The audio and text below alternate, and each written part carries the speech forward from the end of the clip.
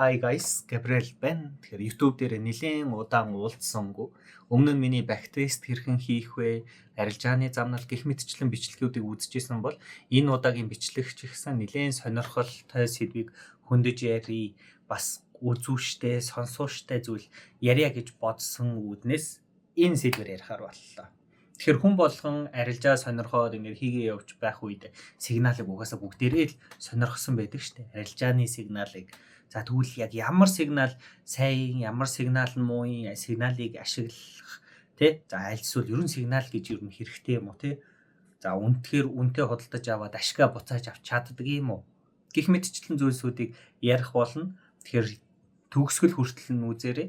Яг одоо арилжаа өөрөө бие даагаад хийж чадахгүй сигналын талаар сонирхож байгаа бол энэ бичлэг маш их хэрэг болно гэдэгт бол би итгэлтэй байна. За тэгэхээр хэдүүлээ скринээ хараад подкастт орцгоё. За тэгэхээр бүгдээрээ арилжааны сигнал аль нь сайн аль нь муу вэ гэдгийг ярихаас өмнө арилжааны сигнал гэж яг юу юм бэ гэдэг талаар ярих шаардлагатай тийм ээ. За алтны чарт байна. За ерөнхийдөө бол арилжааны сигнал ямархуу бүтцээр явдаг вэ гэхээр хамгийн түрүүлж entry гэдэг зүйл байдаг. Entry гэдэг маань бол ер нь бол хаана арилжаанд орох вэ гэдгийг нь хэлж өгнө гэсэн үг. Сигнал үзүүлж байгаа тэр хүн баг одоо хий нэгэн тий. За алтны одоо жишээ нь яг одоо явж байгаа 4035 гэдэг ханшин дээр ороороо ч юм уу тий. Тэгж хэлэх юм бол тэр маань биднэрт entry гэдэг зүйл болж орж ирэх. За мэдээж ихэнх одоо өөрсдийнхөө нэр хүндийг хадгалдаг сигналаа ингээд ашигтай байдалд байгаагаа харуулж байгаа тиймэрхүү сигналууд бол мэдээж stop lossтэй байгаа тийм ээ. Stop loss хаана тавих вэ гэдэг мэдээллийг бас давхар өгөх болно. За stop loss байгаа юм чи мэдээж TP буюу take profit-ийг бас хаана тавих вэ? Тэр үнийг нь хэлж өгнө. За тэгэхээр бид нар энэ сигнал өгч байгаа хүний сигналыг дагахын тулд биднэрт 3 төрлийн мэдээлэл хэрэгтэй болж байгаа. Entry, stop loss, take profit гэдэг 3 төрлийн мэдээлэл орж ирсэн даруйд нь бид нар арилжаанд орох ёстой. За тэгээд үнэхээр stop loss зохих юм бол алдагдaltaй, TP зохих юм бол мэдээж биднэрт ашигтай байх нь тэр бол ойлгомжтой. За тэгвэл одоо энэ дээр хэдүүлээ эхлээд муу жишээг нь аваад үзчихэдэг хөө. Бүгдээрээ муу арилжааны сигналын жишээ ямархуу байдгийм бэ гэдэг зүйлийг авч үзье. Ер нь бол хид хідэн хүчин зүйл байдаг л да. Сигнал үнэхээр сайн байна уу, муу байна уу гэдэг дээр хид хідэн хүчин зүйл байгаа. За тэднэрийнх нь хамгийн номер 1-т нь одоо юу гэх юм бэ? Маш өндөр win rate амладаг мөртлөө олигтой ашигтай байж чаддаггүй тэр арилжааны сигналууд ихэвчлэн RR дээр маш одоо муу байдаг. RR-ын тал дээр маш муу байдаг.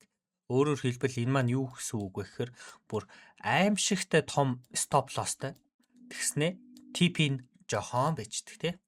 Магадгүй эндээс энэ хоёрын хооронд бүтэн 100 pp stop lossтай.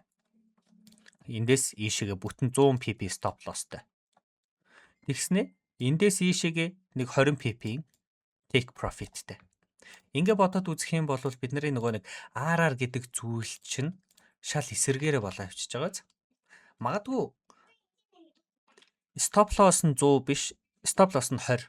TP нь 100 байсан бол энэ үүнийг бид нэгийг харьцах нь 5-ын RR-тай арилжаа байсан байх нэ. Өөрөөр хэлбэл бид нар $10 эрсдүүллээ гэхэд эсэргээр нь $50 авах арилжаа байх гэдэг тийм үү? Гэтэл нөгөө ловер хийдэг нөхөхдүүд иймэрхүү байдлаар ингэж одоо оруулснараа энэ маань RR нь 0.2 болчихж байгаа. 0.2 RR-тай. Хасах 5 мав гэсэн үг бол биш шүү. 0.2 RR-тай арилжаа болчихж байгаа юм л та.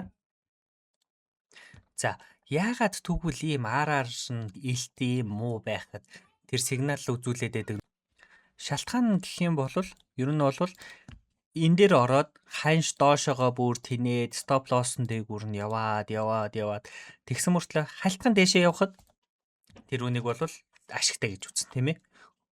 За тэгэхээр нөгөө нэг юун дээр нь одоо тайлан дээр нь маш гоё гарч ирдэг гэсэн үг байхгүй юу?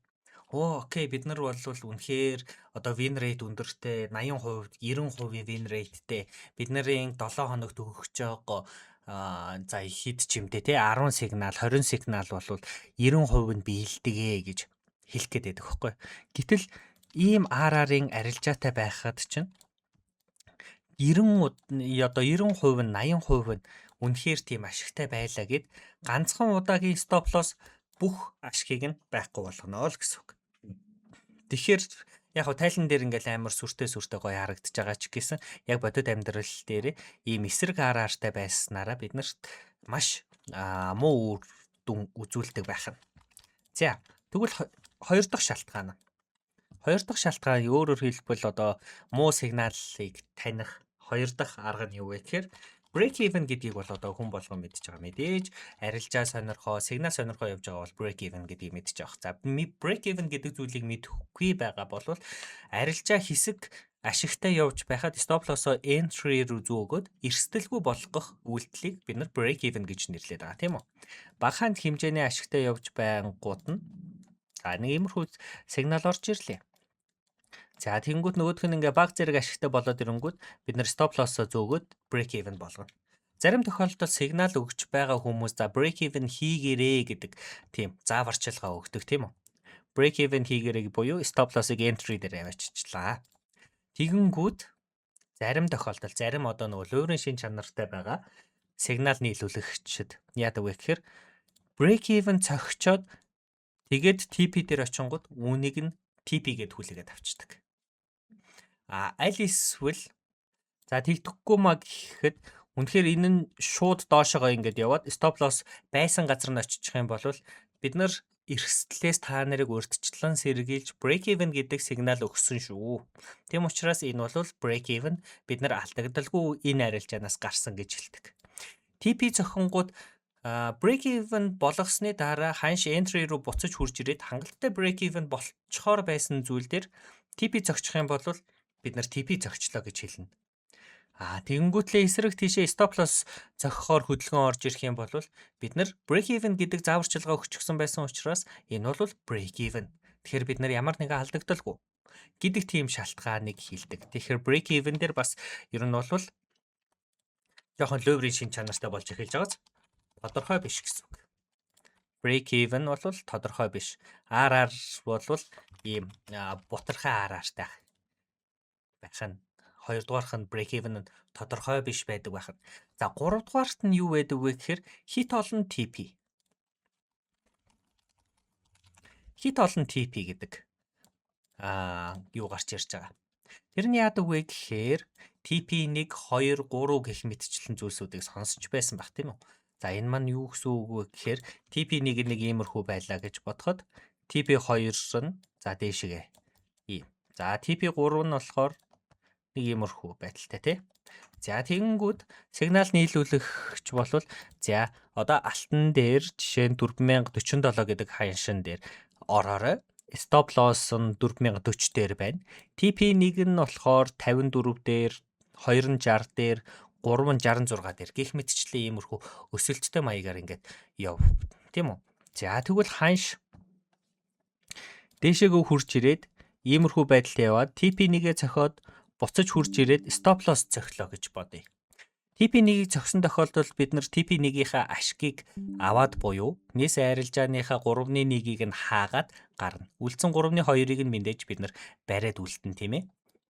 За тэгвэл энэ тохиолдолд бид нар ямархуу үр дүн гарсан бэ гэхээр нэмэх 0.3-ийн ашигтай. Ардаас нь хасах 0.6-гийн алдагдaltaй буюу энэ маань өөрөө цэвэр хасах 0.3-ийн алдагдaltaй болж таарч байгааз алдагдaltaй болж таарах гэдэг. Гэтэл үүнийг нөгөө луурын шин чанартай сигналынхан яаж хүлээж авдаг вэ гэхээр сүүлийн энэ хоёрыг нь break even болгоорой гэж хэлсэн ч бай, хэлээгүй ч бай, тоохгүй орхичдаг. Иймэрхүү байдлаар. Тэгэл энэ сигнал маань биднэрт нэмэх 3 RR-ийн 0.3 RR-ийн арилжааны ашиг авчирлаа ч юм уу. Аль эсвэл ихнийх нь 30, 60, 90 pp-ийн TP-нүүд байлаа гэхэд нэмэх 30 pip гэх мэтчлэнгээр хүлээгээд авчдаг. За тэгэнгүүтлээ нөгөө өмнөх break even тодорхой биш гэж хэлсэн те. Магадгүй break even тодорхой биш гэдэг энэ хоёр дахь шалтгаан маань бас энэнтэйгээ хоршоод ороод ирэх боломжтой байдаг. Яадаг вэ гэхээр бас л адилхан TP1-гээ зохихонгууд нь break even хийгээрэй гэдэг зааварчилгаа өгдөг. Break even үнэхээр хийцсэний дараа ханш entry рүүгээ очсон ч гэсэн бүр stop loss болохоор газар очиагүй байжгаад буцаад дээшээгээ яваад TP2 болон 3-ыг цохингууд энэ сигнал маань бүрэн ашгаа авлаа гэсэн тайлан дээр тусгагдаж орж ирж идэг. Уг нь бол break even болоод TP2 болон TP3 бол ямар нэгэн ашигч байхгүй алдагдaltaж байхгүй дуусгах ёстой байсан чинь сигнал нийлүүлэгчийн зүгээс энэ маань арай stop loss-ны цэг дээр очиагүй буцаад дээшээгээ явчихсан учраас break even хийгээрэй гэж хийлчээд ардаас нь өөрөөсөө break even хийгээгүй юм шиг ашигын иймэрхүү байдалтайгаар гаргаж ирж байдаг. Өөрөөр хэлбэл нөгөө л нэг тайлан дээрээ одоо өөрсдийнхөө үзүүлэлтийг бусдын одоо мөнгийг өөрсөддөө луйвэрдэж авахын тулд иймэрхүү байдал хандлагууд бол гаргаж ирдэг байна. За. Яг одоо дэлгэцэн дээр энэ харж байгаа сигнал бол яг л нөгөө нэг энэ гурван ширхэг одоо луйврын шин чанартай муу сигналыг гурвангийн багтаасан ийм сигнал харагдаж байна. Энийг бол муу жишээ бодлого гэж би та хэдэд тайлбарлаж өгч байгаа. За энэ чэнэс харъя. Бидний entry харагдаж байна тийм үү? Entry маань харагдаж байна. Энд. Euro USD гэдэг ханшин дээр 1.1506 гэсэн ханшин дээр ороорой гэж хэлж байна тийм үү? Sell арилжаанд ороорой гэж хэлж байна тийм ээ. За тэгвэл TP1-ийг нь хамтдаа харцгаая. TP1 нь entry-гээс хэдэн PP-ийн зайтай байна? За цэжээрээ бодож чадхаар бол бодоорой. Ерөнхийдөө бол TP1 маань 20 PP-ийн зайтай байгаад байна. 20 PP тийм үү? За тэгсэн чинь TP2 маань хэд байна? 50 PP байна тийм үү? 50 PP. За тэгвэл TP3 маань 100 PP-ийн зайтай байх нэ. 100 PP-ийн зайтай байх. За тэгвэл одоо энэ дээр нөгөө нэг алдаа гарч ирнэ. Stop loss-ыг ажиглаарай бүгдээрээ. Stop loss-ыг нь ажиглаарай. Entry-гээс stop loss хүртэл нийтдээ 100 PP байгаад байгаа. 100 PP stop lossтэй байна гэсэн үг. За ингээд ирэхээр нөгөө нэг яг хөө TP3 нь болвол stop loss-тойгоо тэнцүү учраас нэг араартай гэж үзэж болно. Энэ нэгийн араартай байж болно, тийм үү? За тэгвэл TP2 нь stop loss-тойгоо харьцуулахаар 0.15 араартай. За тэнгуүтлээ TP1-ийг нь харьцуулах юм бол бүр бага 0.2 араартай болох гэдэг нь тийм үү? За ингэж нөгөө нэг бидний RR-ийн асуудал чинь гарч ирж байгаа. За тэнгуүтлээ энэ маань би яг өмнө нь туршлагаасаа харж байхад бол яг нөгөө нэг break even тодорхой биш гэдэг одоо тэр шүүмжийг бол үнэхээр сайн гаргаж чадж байгаа сигнал өрөө байлээ. Яадаг вэ гэхээр break even болгоорой TP1-ийг break even болгоорой гэж хэлчихэд TP1 цогсны дараа буцаад entry дээр хурж ирэнгүүт түүнийг тайландаа тусгадгүй TP2 3 дээр нь очингууд окей бид нар ашгаа авлаа гэж хэлдэг. Ийм төрлийнх. За дээрэс нь хит олон TP. Хит олон TP дээр дахиад нэг жоохон дэлгэрэнгүй яри гэж бодлоо. Хит олон TP ерөнхийдөө ямархуу муу үр дүнтэй байдаг вэ? За яг ингээд одоо юугаар нь харах юм бол шууд ингээд харах юм бол нийт авч болох ашиг нь 20, 50, 100 гэд гурвангийн нийлүүлээд 170 pip байгаад байгааз. Энэ гурав нийлэхээр 170 pip. Гэтэл stop loss нь болохоор 100 pip юм чинь. Эн чинь нийт ашигаас 70 pip-ээр бага байна. Тэгэхээр stop loss бол асуудалгүй юм байна гэдэг бодол орж ирч магадгүй. За гэтэл яг үнэндээ тийм зүйл байхгүй шүү дээ. Бид нар яаж орох вэ гэхээр за магадгүй TP 1, 2, 3 дээр нь 3 ширхэг захиалга тус нь өглөө тийм үү? 0.1-ээр 1, дахиад 0.1-ээр 2, 0.1-ээр 3 удаа захиалга өглөө гэж бодъё. Энэ нь болохоор 20 pip авна. Хоёр дахь нь 50 pip авах гэдэг. Гурав дахь нь болохоор 100 pip авах гэдэг. Гэтэл энэ гурван арилжаа чинь гуруула stop lossтэй байх шаардлагатай тийм үү? Гурлаа stop lossтай байх шаардлагатай. Ганцхан 100 pp stop loss биш, энэ 3 TP болгон дээр арилжааны захиалга өгөж, арилжаа нээнэ гэж бодох юм бол stop loss нь яг жинхнэрээ бол нэмэгдэл нь 300 pp stop lossтай болж өгч байгаа. 300 pp stop lossтай болж өгч байгаа. Тэгэхээр энэ сигналыг нийтд нь ингээд аваад үзэх юм бол RR нь 300-г харьцах нь 170 болоод явчихж байгааз. Тэгэхээр RR нь за үсрээд нэг 0.6 хавцаа RR-тай гэсэн үг. Өөрөөр хэлбэл энүүнийг за бодоход амархан болох гээд 0.1 лотоор орсон боллоо л доо. Тэгэх юм бол би $300 эрсдүүлээд $170 төлөө арилжаанд орж байна гэсэн үг. Тэгэхээр арилжаачин гэдэг хүн мэдээж багыг эрсдүүлж эхийг олохыг үргэлж зорих шаардлагатай тийм үү?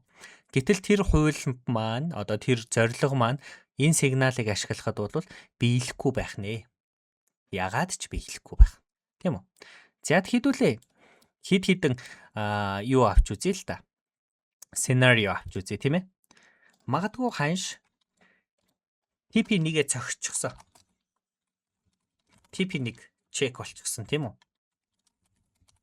За тэгвэл бид нар 20 pp ашигтай байх. 20 pp ашигтай байж байгаа тийм үү? За TP за үлдсэн нь одоо 200 pp эрсдэл үлдлээ гэж үзнэ. Ягаад вэ гэх юм бол энэ арилжаа хаагдчихсан учраас үлдсэн энэ хоёр арилжааны stop loss маань орж ирээд нийтдээ 200 pp-ний эрсдэл хүлээнэ. За 200 pp-ний эрсдэл хүлээгээд авах эхнийх нь болохоор 50 буюу нийтдээ 70 pp ашигтай болно гэсэн үг. 70 pp ашигтай болно. Тэг үлдсэн эрсдэл нь үргэлжлүүлээд барья гэх юм бол 100-г эрсдүүлээд 100-г авах гэдэг тийм үү? Иймэрхүү байдлаар асуудалтай болж эхэлдэг юм аа. За тэгвэл одоо энд та хэдэд одоо энэ сигналын эзний нөгөө нэг тайлан гэдэг зүйлийг харуулъя. Тайлан гэдэг зүйл энд харагдаж байна. За тэгэхээр энэ дээр юу болсон бэ? GPP-JPY энэ бол TP3 хүртлээр явсан юм байна. TP3 хүртлээр явсан. За энэ бол TP2 хүртлээр явсан. TP2 3 за үнэхээр сайн явж. Euro USD дээр хасах 60 pp-ийн stop loss зохиулсан байна тийм үү?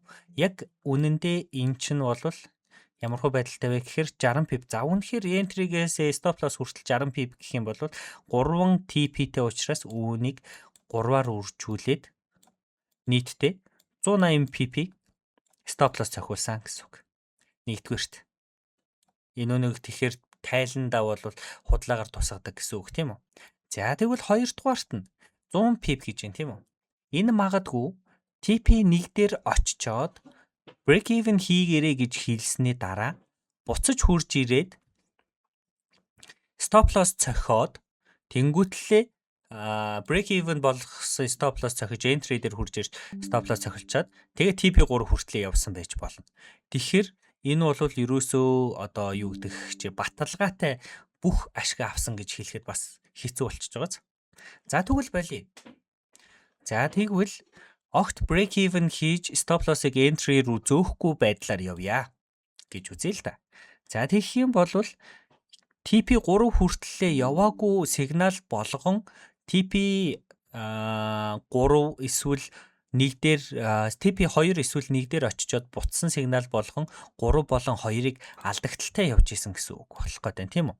За энэ дээр бол алдагдлыг нь тооцохгүй 0 гэдээ өгчээ. Эхнийх дээр нь мэдээж TP хүртлээр явцсан юм байна тийм ээ. За тэгвэл хоёр дахь дээр нь хасах 100 гэж орж ирнэ. Гурав дахь дээр нь бас дахиад хасах 100. За дөрөв дахь дээр нь бол тэг юм байна. Тэг юм байна. Тэгээд хасах 180 орж ирэх нь байна. Тэгээд тэг юм байна. За ойлгогдож байгаа гэж найдаа. Ягаад тэгвэ гэх юм бол эн чинь TP 3 авцсан байгаа даа тийм үү? Ягаад хасах 100 юм бэ гэхээр эн чинь TP2 хүртлээ яваад TP3-нд буцаж хурж ирээд stop loss зогсон гэсэн үг шүү дээ. Тэгэхээр хасах 100 гэсэн үг. Сая энүүнийг ярьж эхлэхээс өмнө бүгдээрээ юу яая? Break even ерөөсө болохгүйгээр явдаг байдлаар үзье гэж хэлжсэн тийм үү? За тэгвэл одоо энэ дээр за нэмэх 170 гэсэн үг шүү дээ. Яг энэ үнгээр явах юм бол За энэ дээр бас адилхан нэмэх 170, нэмэх 170, нэмэх 170. За энэ дээр бас нэмэх 170.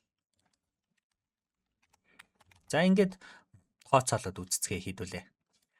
Тооцоолоод үзэх юм бол яг энэ тооцоололоор үзэх юм бол цэвэр ашиг нь 640 юм шиг байхаар харагдчихээн тийм ээ. За яг ингээд 640 гарчлаа гэж бодох юм бол энэ уулын дажгүй санагдчихээн тийм үү? За 0.1-ээр орох юм бол $640. За 0.1-ээр орох юм бол $64. Зүгээр өөртөө анализ хийхгүй, ямар нэг юм хийхгүй зүгээр л ингээл байгжитал ингээд ороод ирнэ гэсэн үг шүү дээ. Гэтэл яг үнэндээ юу болдог вэ гэх юм бол энэ дээр бас нэг дөрөвдөх алдаа гарч ирнэ. Яадаг вэ гэх юм бол ханш ингээд явж байхад энэ дээр нь buy signal өгдөг. Бөөр энэ доор ч юм уу тий. За эхний TP энэ ч. Хоёр дахь TP-ийн за нэг энэ тавьт ч юм уу тий. Гурав дахь нь за нэг энэ тавьт. Иймэрхүү байдалтайгаар. Ингээд өгчлөө. Энд юу болдог вэ гэх юм бол ханш энэ дээр буцаж ирэхгүйгээр ийшээгээ ингэж буцаж ирэхгүй шууд ингээд TP1 дээр очингууд сигнал нийлүүлэгчид яадаг вэ гэхээр окей TP1-гээ цогцчихсон бид нар ашигтай болчлоо. Гингүүтлээ эндээс энэ хүртэл хідэн pip байна түүнийг нь тооцож үзээд нэмэх 20 pip 30 pip гээд өгчдөг. Гэтэл яг үүндээ ханш сигнал ирэх тэр тухайн мөчөд бүр 5 секундын зөрүүгүй ороход айл хэдийн TP1 дээрээ бараг очичихсан байсан тохиолдлууд бол зөндөө гарч ирчдэг. За ийм аргуудаар нөгөө луврын шин чанартай сигнал үзүүлж байгаа, сигнал өгч байгаа нөхдүүд маань бид нарыг одоо хит гоё байдлаар ингэж хуурч биднээс тэр сигналынхаа мөнгийг гаргаж авдаг байх нэ.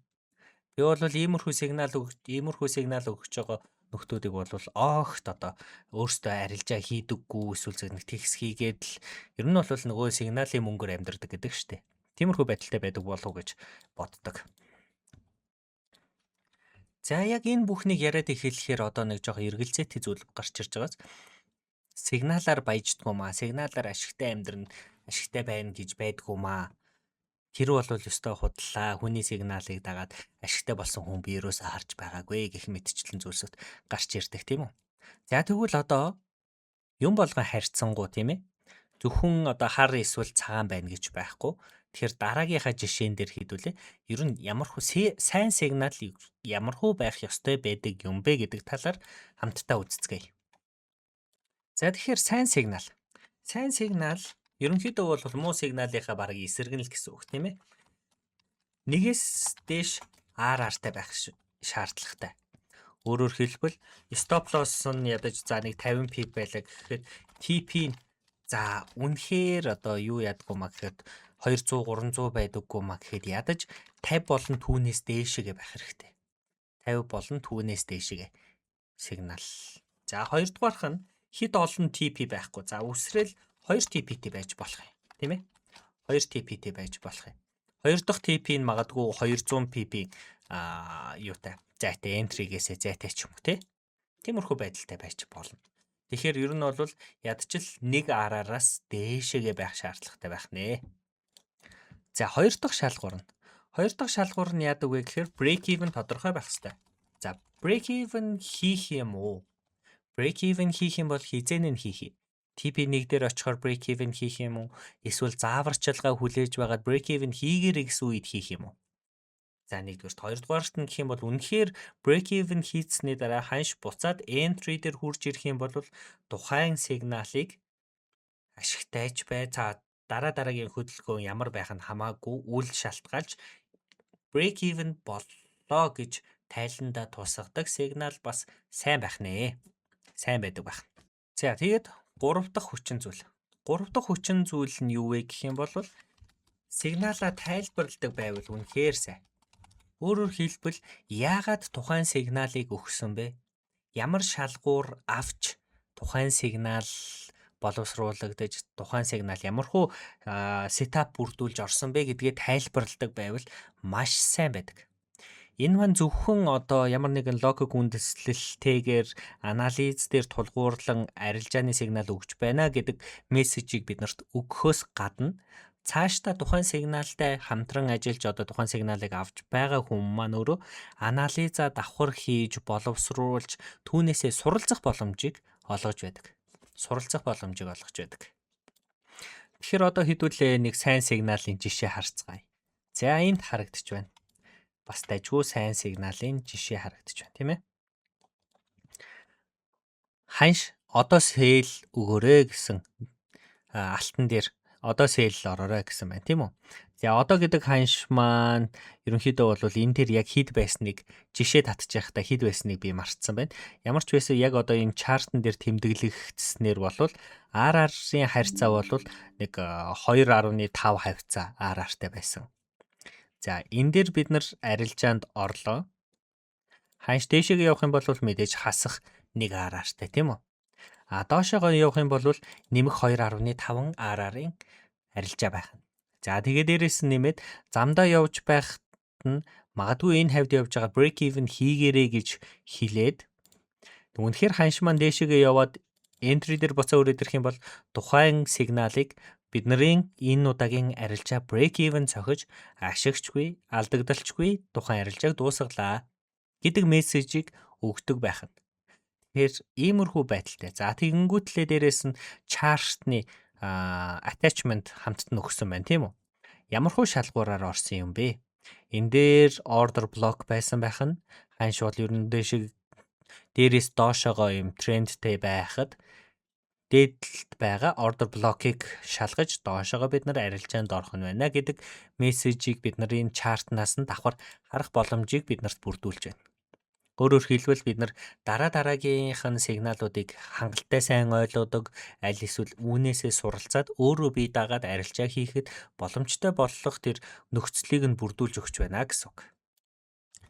За одоо бүгдээрээ сигнал чинь яг та нарт хэрэгтэй зүйл болж чадж байна уу? Аль эсвэл сигналаараа зүгээр ийм хамааралтай болж байна уу гэдэг сэдвийн талаар ярилцгаая, тийм ээ. За ер нь бол сигнал үзүүлж байгаа тэр баг хамт олон хийнэг нь нэг л өдөр за би ерөн сигналаа болио гिचгэж магадгүй шүү дээ. Гэтэл хэрвээ тийм тохиолдолд та нарт юу үлдэх юм бэ? Үнэхээр зөвхөн сигналаас хамааралтай сигналаараа л ашиг хийдэг. За тэгэнгүүтлээ би арилжаа хийдгээ гэд яваад байх юм бол нэг л өдөр тухайг сигнал нийлүүлэгч маань боллоо гэхэд цаашдаа үргэлжлүүлэх ямар ч боломжгүй болно гэсэн үг. За тэгэхээр ер нь бол сигнал чинь сургалт болж байгаа. Яг түүнээс ямар нэг юм сурж байгаа хид хідэн жишээнүүдийг бол би одоо юу гэх юм бэ чеклистик гэх юм уу да энд оруулаад өгчээ. Entry-гийн шалтгааныг тайлбарладаг буюу миний сая хэлсэн сигналаа тайлбарладаг гэсэн байна. За өөрийн анализ хийлэгдэг. Энэ дээр өөрсдөө бас давхар анализ хийгээд өөрсдийнхөө бодлыг нэвчүүлэх боломжийг олгодог. Өөрөөр хэлбэл нөгөө нэг TP-д нь тулгаж сигнал өгчөөд нөгөөх нь TP дээр очингууд окей TP болчлоо гэж хэлэхгүй байна шүү дээ. Ядчил тэг 15 минутын чартн дээр хол байгаа сигнал дээр нь өгчөнгүүтлээ окей тэр ханшинд хүртэл өөрсдийнхөө анализыг давхар хийгээд явах боломжийг бүрдүүлдэг гэсэн үг. Рискийн дүрмтэй. Нөгөө нэгдүгээр гарч ирсэн тийм ээ. RR нэмэх RR-ийн юутай байна гэсэн үг. За алдагдлаа бүрэн тайлагнадаг. Stop loss болсон бол stop loss болсон шүү гэж шууд хэлдэг. За тэгээд журнал хөтлүүлдэг.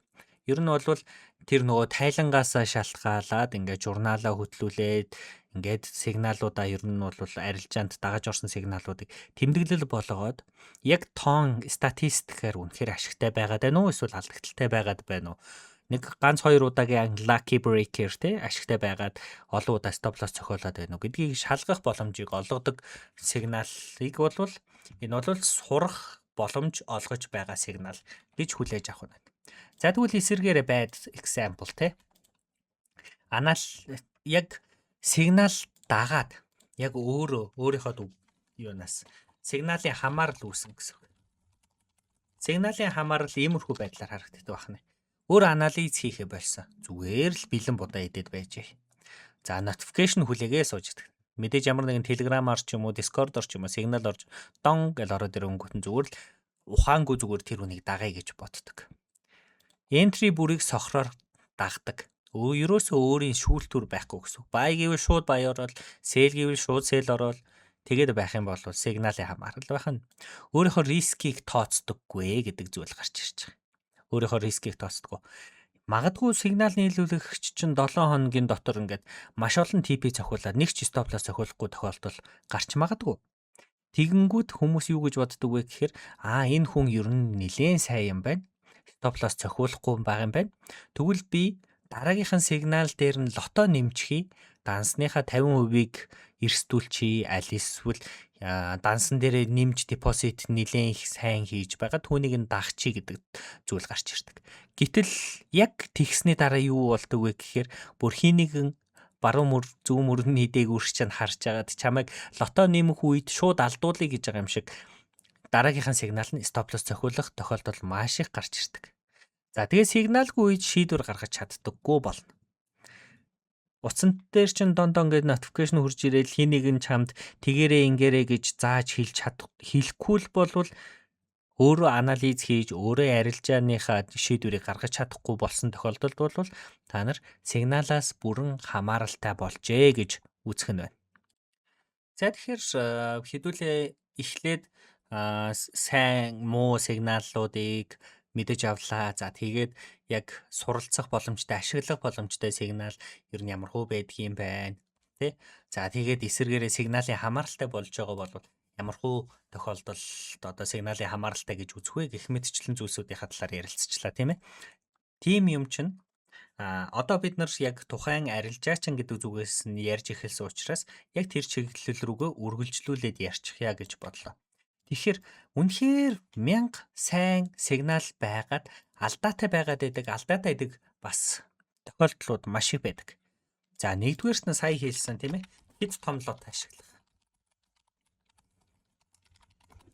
Магадгүй тухайн арилжаачин чинь 1 хоног, 3 хоног, 7 хоног бүтэн сар маш ашигтай явсан байж болно. За тэгээд эхлэнгүүт тэр сигнал нийлүүлж байгаа тэр хүн маань өөрөө дараа нь үргэлжлүүлээд ашигтай яваад л байна гэсэн үг бол биш. Ирээдүй бол баталгаагүй тийм ээ. Хамгийн биелэх боломжтой тэр цэг дээр бид нар сигнал өгч түүнийг нь бид нар дагаж байгаа. Гэхдээ стоп лосс цохих боломжтой байдаг. Тэгэхээр энэ алдаа нь юу вэ гэхээр хувийн риск менежмент байхгүй л гэсэн үг.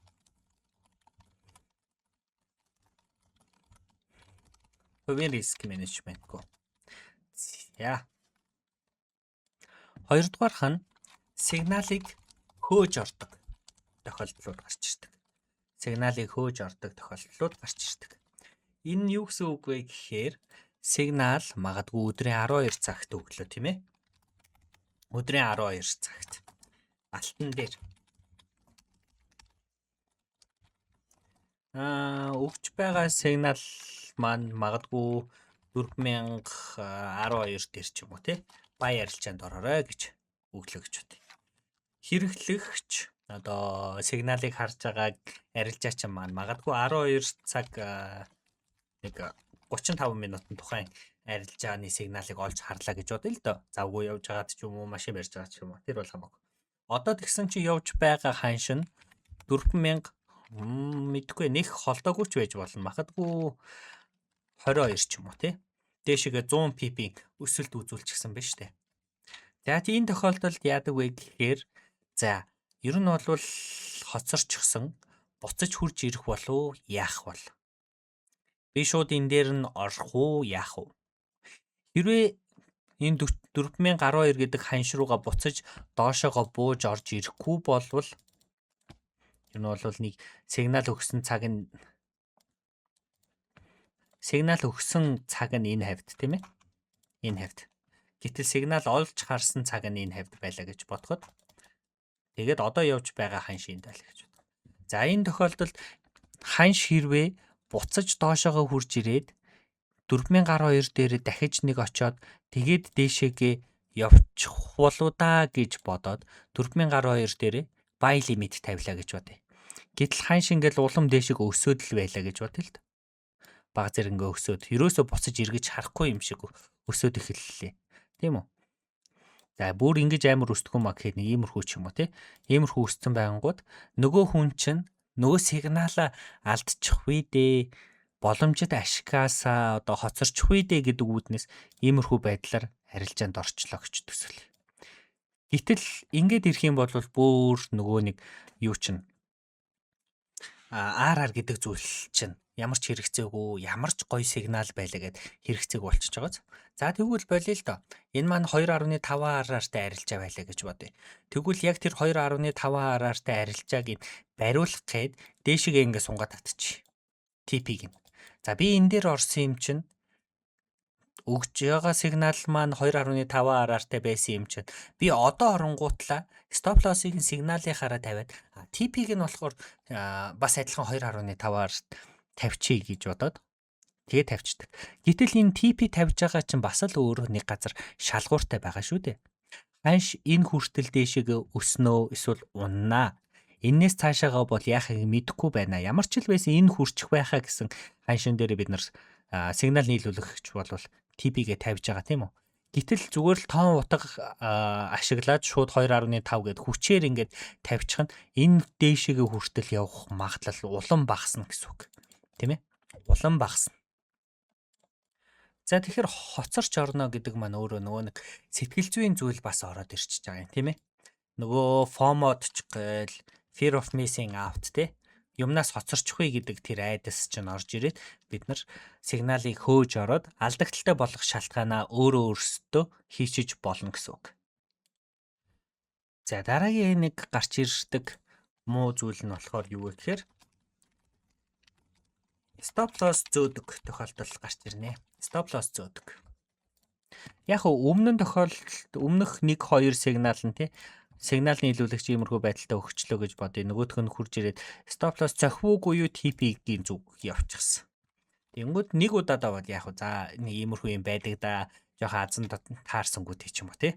Тэнгүүд нөгөөх нь давтагдлаа. За нөгөө сигнал дагж байгаа хүнээ маань төвчээр алдагдаж эхэлнэ тийм үү? За тэнгүүд дахиад нөгөөх нь давтагдчихлаа. За ингээд нэг хэдэн удаа болоод эхлэнгүүт яадаг вэ гэхээр энэ уул нь бол сигнал өгж байгаа хүмүүс маань айгүй гоё зөв хилээд нь штэ. Гэтэ маркет энэ стоп лоссыг нь үнэхээр стоп лосс хаант хийгээд байна тийм ээ. Тим юм чинь би зүгээр юугаа рискээ жоохон нэмчи стоп лоссоо жоохон зөөчигээд ингээд зөрчдөг. Гэтэл яг ингэж зөөсөн тохиолдолд яадаг вэ? Ханшны хөдөлгөөн бүр дагаад явцдаг тий. За тэгж явсараад нөгөөс стоп лоссыг нь хангалттай одоо эрсдэл хүлээх чадварыг нь бүр даваад дансных нь 50 100 60 одоо хидч байдیں۔ Тэ дансыг шатаах хэмжээний эрсдэл оруулж яадаг. Тэгээ нөгөө өмнө нь сайхан багаар өсгөөд ингээд мундаг явж байсан данс маань ганц 2 удаагийн ийм тэнэг үйлдэлээс болоод байхгүй болчих тохиолдол бол зөндөө гарч ирдэг. За тэгэхээр 3 дахь одоо сигнал үнэхээр сигнал дагах гэж байгаа бол гэхдээ энэ бол бүгдээрээ сайн сигнал дагаж байгаа үед гэж ярьж байгаа шүү. Муу сигнал бол угаасаа л муу ягаад ч муу байсаар байх бол одоо энэ болохоор сайн сигнал дагаж байгаа. Гэхдээ тухайн дагаж байгаа арилжаачны ямар алдаа дутагдлууд нийтлэг байдаг вэ гэдэг талаар ярьж байгаа тийм ээ. За дөрөвдүгээрх нь дөрөвт нь юу болдог вэ гэхээр TP хүртэл барьж чаддалгүйгээр хаадаг. Бас л нөгөө нэг өөрийн болгож чадаагүй тэр мөнгө эсвэл яг одоо явж байгаа тэр багч гисэн нэмэх дүн хоёр бол асар их сэтгэл зүйн хувьд бол зөрүүтэй тийм ээ. Нэг нь болохоор зүгээр close position гэдэг конопт арахад тэр мөнгө чинийх болно. Нөгөөх нь болохоор ирээдүйд чинийх болох уу үгүй юу гэдэг нь мэдэгдэхгүй зүйл байгаад байгаа. Энэ тохиолдолд дээр үнэхээр арилжаачдын төсвөр төвчээрийг шалгадаг. Үнэхээр хүлээцтэй байхыг шаарддаг тийм ээ. За эхэндээ айж байсан арилжаач нь за тэгвэл TP хүрхээс нь өмнө яг сигналын TP гэж хэлсэн газраас нь өмнө иймэрхүү байдлаар энд явж яхад нь ч юм бүр энэ дээр ч явж яхад нь ч юм уу хачдаг тий. Хачдаг. За тэгэнгүүт нөгөө сигнал маань яадаг вэ гэхээр ихэвчлэн ингээ TP зөгчдөг. Энэ дах байдал дахиад давтагдах болно 7 хоног давтагдана. Дараа 7 хоногоос яадаг вэ гэхээр сигнал нийлүүлэгч маань TP очино гэсэн бол ер нь очичоод байдаг да.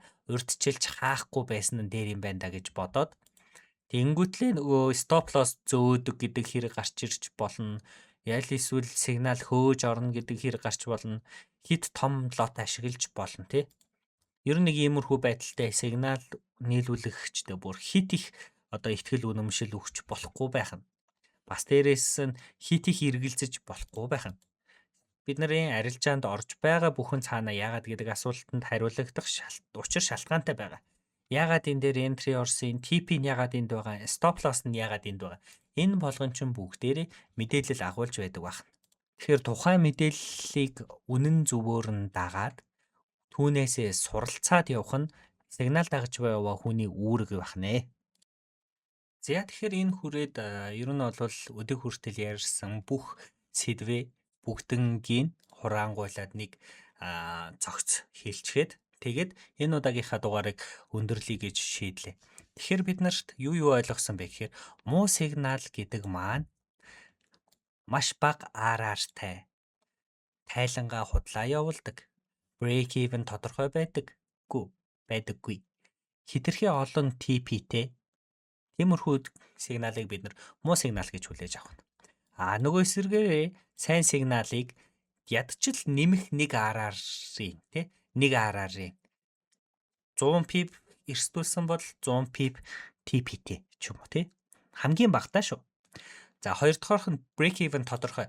Хизээ break even хийх юм break even хийснийхаа дараа үнэхээр entry руу явах юм бол түүнийг break even-ээр нь тодорхойлдог. За сигналаа тайлбарладаг буюу ядаж л энэ анализа харуулдаг, чарта харуулдаг, зураг харуулдаг ямар гэдэг шалтгааныг тайлбарладаг байдаг байх нэ. За үнэхээр ийм сигнал ашиглая гэсэн ч гэсэн бас нөгөө талаасаа ашиглаж байгаа арилжаа чинь бас ямархуу байх вэ гэдг нь бас тодорхойлогдсон тийм үү. Хоёр дахь одоо үндсэн сэдвэрээ бид нар нэг нь хит хамааралтай болсон нөгөөх нь цаашдаа сигналаас үнэхээр үлдэцтэй юм авч явж байгаа хоёр хүчин зүйлүүдийг ярилцсан тийм ээ. Энтригийн шалтгааныг нь тайлбарладаг, анализа хийдэг, рискийн дүрмтэй алдагдлаа бүрэн тайлагнадаг, журнал хөтэлдэг. За иймэрхүү байх юм бол үнэхээр сигналаар ашигтай байж болохгүй гэсэн зүйл бол байхгүй. За үнэхээр ашиггүй ядаж break evenтэй байдığıма гэхэд түүнээсээ юм суралцаад тухайн сигнал нийлүүлэгч арга барилтанд суралцаад цаашдаа өөрөө хэрэгжүүлээд явах боломжийг бүрдүүлнэ гэсэн үг. Эсвэргээрээ сигналын хамаарал болсон хүмүүс маань анализ хийхээ болцсон, notification хүлээгээл тий хамаг сигналуудыг сохроор нь дагаал ер нь бол нөгөө нэг дигдэхэ шиг амаан гагаал байж идэг. Амруу хий нэгэн юм хийхгүй бол өлсөж хүчгээл тэгээл байж идэг болно гэсэн үг. Иймэрхүү ирээдүг хүлээхгүй тулд бид нар сигнал болгоны гоё шүүл түүртэй тунгаан бодловсруулж дагаж явах хэрэгтэй байна. Гэхдээ бас үүнээсээ гадна дахиад хэдэ юм тий хитрхи том лотой сигнал дагаж байгаа гэд хүнд найдаад хитрхи том лот ашиглаж болохгүй байх нь сигналаа араас нь хөөж ордоггүй байх хэрэгтэй байх нь. Үнэхээр тухайн сигналд орох боломж нь өнгөрчихсөн бол өнгөрсөн чигээр нь л байлга. Тэгээд л дараагийн сигналыг хүлээчих. Stop loss зөөдөг байх нь байна. Stop loss зөөнө гэдэг чинь ер нь бол за энэ хүрээд энэ хүртэл ханш ингээд миний эсрэг явчих юм бол цаашдаа миний бодсон зүг рүү явахгүй дээ гэдэг цэг дээр stop loss-ыг тавьж байгаа учраас stop loss зөөнө гэдэг чинь угаасаа л авч болохгүй эрсдлээ өөрөө үүрнэ л гэсэн үг. За хамгийн сүүлд нь TP хүртлээ барьж чадалгүйгээр хаадаг. Энэ нь бол урт хугацаанд олон дахин давтагдаад эхлэх юм бол өмнөх 3 муу зуршлыг суулгах үндэс нь болж өгдөг байх нэ. За тэгэхээр юм болгон харьцангуй байдгийн одоо хуулиар гэхүү те энэ подкастыг маань бас авах гээхээ ухаанаар хандаарай. Сигнал болгон муу байдаггүй шүү. Сигнал болгон бас сайн байдаггүй. Сигнал болгон баяжхад ч туслахгүй эсвэл та хэдий мөнгийг хослох гээд байгаа зүйл бол биш. Бүх зүйл шүүл төртэй хандаарай. Сонирхож байгаа зүйл байх юм бол сигналын талаар илүү дэлгэрэнгүй асуухаар бодсон ч юм уу те энэ подкастыг сонсож явахдаа толгой дотор ч орж ирсэн зүйл юм бол комент хэсэгт бичээд үлдээгээрэй би чадхаараа хариулаад явах болно. Тэгээд бусад зүйлсүүдийн талаар одоо миний Discord, community, сургалт гэх мэтчлэн зүйлсүүдийн талаар мэдхийг хүсэх юм бол мөн би доор сошиалынх линкүүдийг нь тавьчихъя. Хизээч над руу чат бичээд холбогдоод асууж болно. Миний Discord руу үнэгүй орох ирэх бол бүгдээрээ байж байгаа. Тэгэхээр дараагийн дугаараар бас дахиад сонирхолтой хүмүүсийн нэг яриад байдаггүй сэдвийг хөндөж ярихыг би хичээх болно. Тэр хүртэл subscribe хийгээд лайкийг дараад хүлээж аваарай. За тэгэхээр дараагийнхаа дугаараар уулзцгаая.